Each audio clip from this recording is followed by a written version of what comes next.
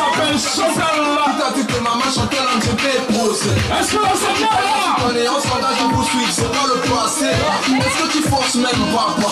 Le peuple a choisi de brasser. Nous on s'engage, attendant nous on s'engage. Mais la joyeuse!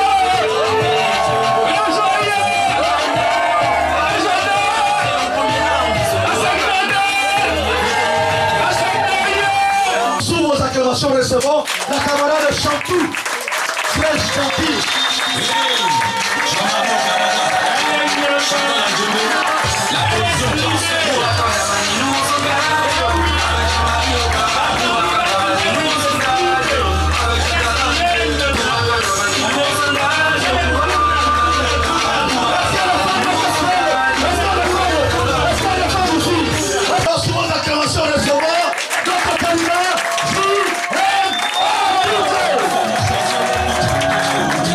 Je m'appelle Ngoma Edgar,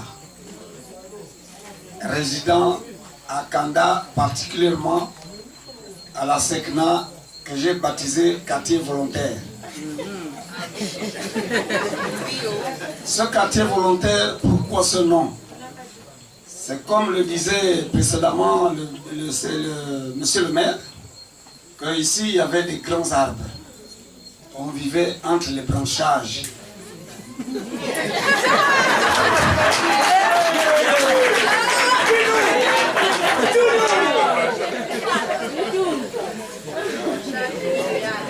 La raisonnabilité, elle est faite. Je crois que le décès a bien dit que la forêt a disparu. Nous sommes restés avec le stade. Effectivement, le stade qui était resté, ce n'était pas comme ça. C'était un petit stade, mais aujourd'hui le stade aussi a évolué. Je suis rentré ici, la route n'était pas encore dégagée comme elle est dégagée aujourd'hui.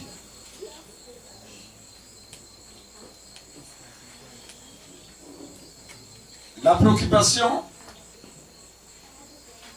pour les volontaires, quartier volontaire ici, particulièrement la Sekna,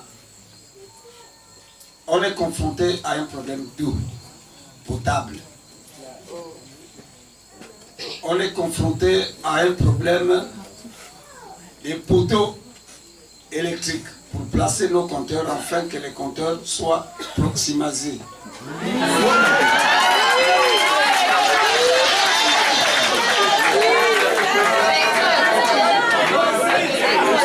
Voici la plus grande préoccupation des habitants du quartier volontaire ici derrière la Sekna.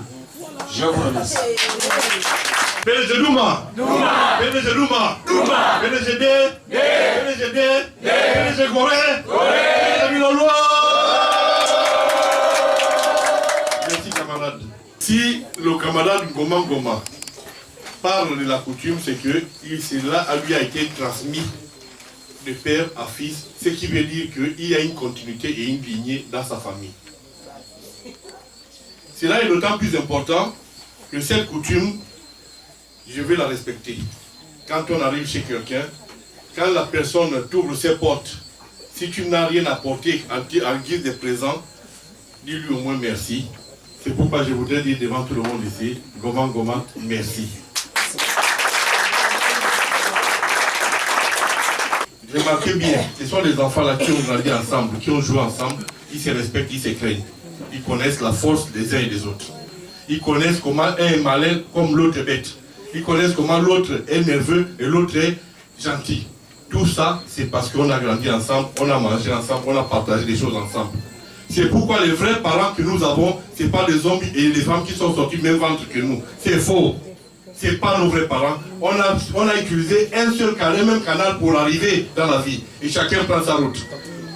Mais les vrais parents, ce sont ceux-là avec qui vous avez partagé des choses. Ceux que vous avez trouvés à l'école primaire, au secondaire, au supérieur. Mais pas dans le monde du travail. Il faut, dans le monde du travail, vous n'avez pas des amis. Vous avez des profiteurs, vous avez des macros, vous avez des escrocs, vous avez tout. Très peu sont des vrais amis que vous trouvez au travail. Parce que là, chacun s'occupe de sa poche. Ngoma, merci pour m'avoir appelé la coutume. parce que moi-même je suis un homme de coutume. Et quand on a grandi sous le toit d'un vieux, pas d'un père mais d'un grand-père, il transmet des choses qu'aucun père ne transmet. Tout à l'heure vous parliez de l'eau. Je ne vous ferai pas une promesse vague. L'eau n'arrivera pas, l'eau de la SCG n'arrivera pas demain ici. Mais après demain, oui. Parce que pour que l'eau arrive ici, cette eau, nous allons la chercher en Toum. Et nous avons déjà fait des grands tuyaux parce que le premier conduit qui avait été fait, c'était pour, je ne sais pas, c'était pour une ville de 10 habitants, mais ce n'était pas fait pour une ville d'1 million d'habitants. Et aujourd'hui, les châteaux d'eau que vous voyez là sont vides parce que la pression n'arrive pas. Les châteaux sont là, mais il n'y a pas de pression. C'est pourquoi il y a un grand travail que nous faisons en ce moment. Vous avez vu ceux qui ont fait la grande route. On vous a vu comment on avait cassé la route pour mettre des grands tuyaux que tu pouvais, moi, je pouvais rentrer dedans et me mettre debout. Je n'arrivais pas. À l'intérieur de la circonférence, c'est à cause du débit. Ces travaux se font et ça va arriver. Mais, dans l'urgence, vous savez, l'eau, c'est la vie. Vous ne pouvez pas rester dans un endroit où il n'y a pas de l'eau potable. C'est pourquoi je vous charge, en qualité de doyen, d'ancien, que vous choisissez un endroit où on peut faire un forage ici. Et un forage de dernière génération qui vous donnera de l'eau potable comme si vous aviez à Libreville. Même à Libreville, il n'y en a pas. Et ça, je m'engage à vous le faire. Et dans les jours qui suivent, vous aurez de l'eau ici.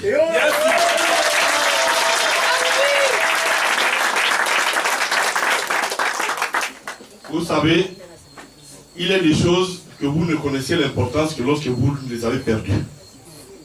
Il y a des personnes, lorsqu'ils ont de l'eau à la maison, ils peuvent laisser la pompe ouverte, l'eau se coule, ils s'en fichent.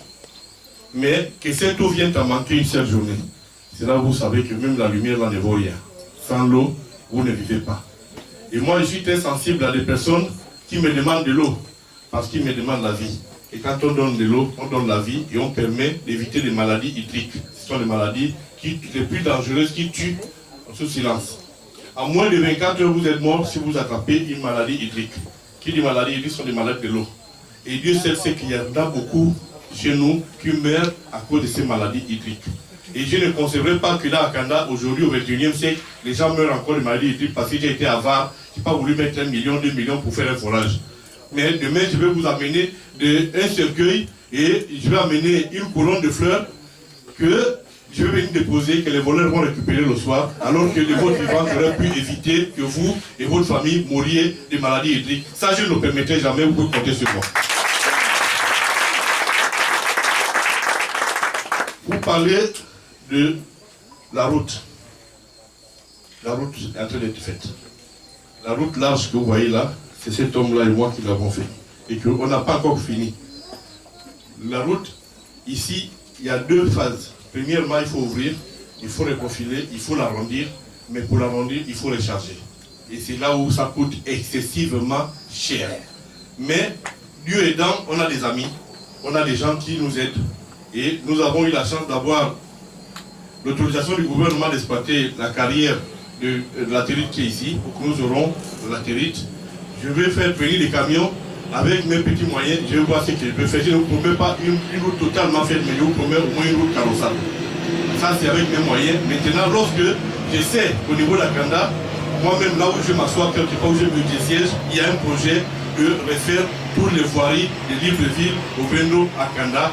C'est au programme et je peux même vous dire que au moment où je parle, les gens sont en train de se bousculer parce que ce qu'ils ont entendu dans les oreilles, ça a sifflé lorsque j'ai dit ça suffit.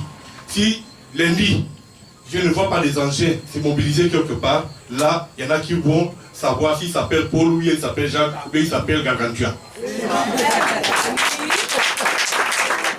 Donc, frère Goma, je n'ai pas beaucoup à te dire.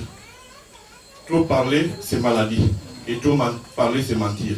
Je ne vous mentirai pas, je ne prendrai pas ces risques. Je vous le dirai et je ne vous dirai que la vérité.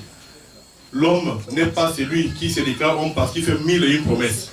L'homme est celui qui connaît ses forces et ses faiblesses.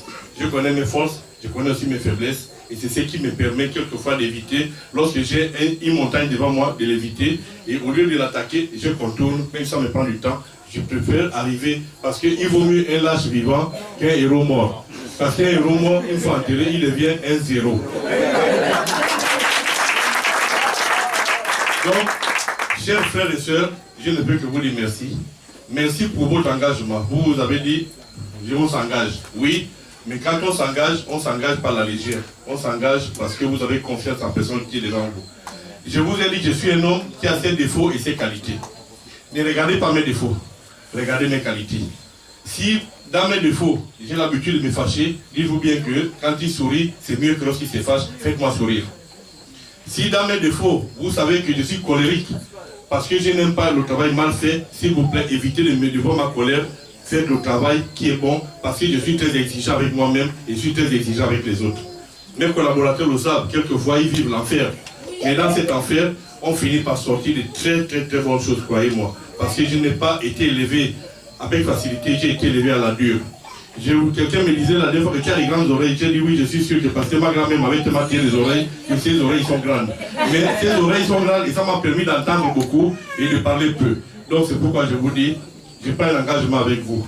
Mon engagement, c'est que je ne viendrai pas vous dire que vous sortez de la misère du jour au lendemain. Faux. Mais je vous dirai, aidez-vous pour que moi je vous aide. Et c'est ce que je peux vous dire, mon engagement avec vous, c'est un engagement franc. On va bâtir ensemble. On va faire, je ne viendrai jamais faire pour vous. Parce que s'il fallait que je fasse pour vous, finalement, à quoi vous servez? Même votre propre dignité, vous ne l'aurez plus si c'est moi qui fais tout pour vous.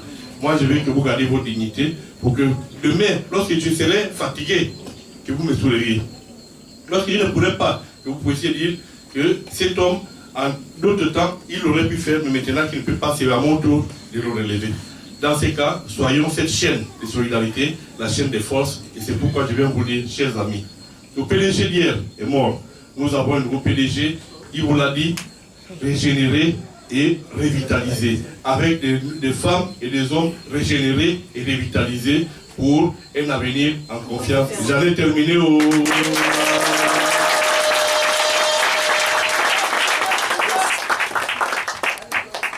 Merci MBP, cher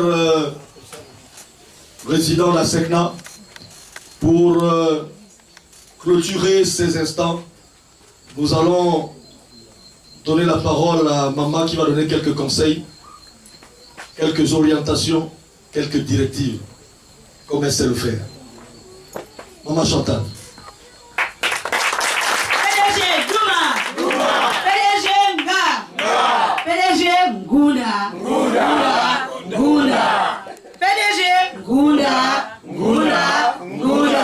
Merci camarade.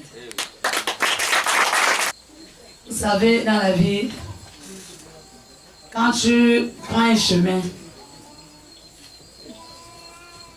vous allez, vous marchez, à un moment vous arrivez, c'est un caillou qui vous colle. Quand vous reculez, vous regardez le vrai chemin.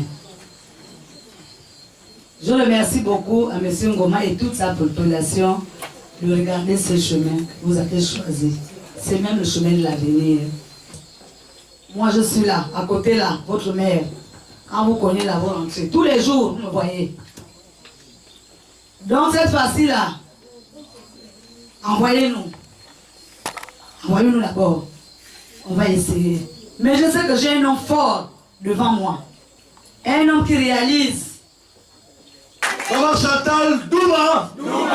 Merci camarade. Voici, nous l'avons dit, ils ne vous font pas de grandes promesses. Ils ne vont pas construire des châteaux en Espagne avec vous. Vous dites on va faire ceci, on va faire cela. Non. Ils vous disent, nous, on sait ce dont vous avez besoin. On connaît vos cris, vos alarmes. Nous allons le faire pas à pas. Mais pour cela, nous souhaitons que tous ensemble, au soir du 6, nous puissions nous réjouir, nous puissions nous... comment tu appelles ça?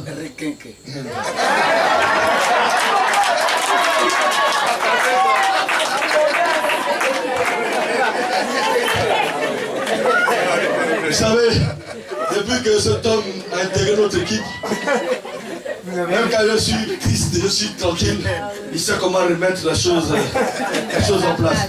Alors, lorsque nous avons des hommes comme ça autour de nous, on ne peut qu'être heureux. Et comme le dit souvent un pasteur que j'aime bien, que du bonheur et que du bonheur. Nous vous remercions, merci, et nous sommes attendus à Manuel. DJ.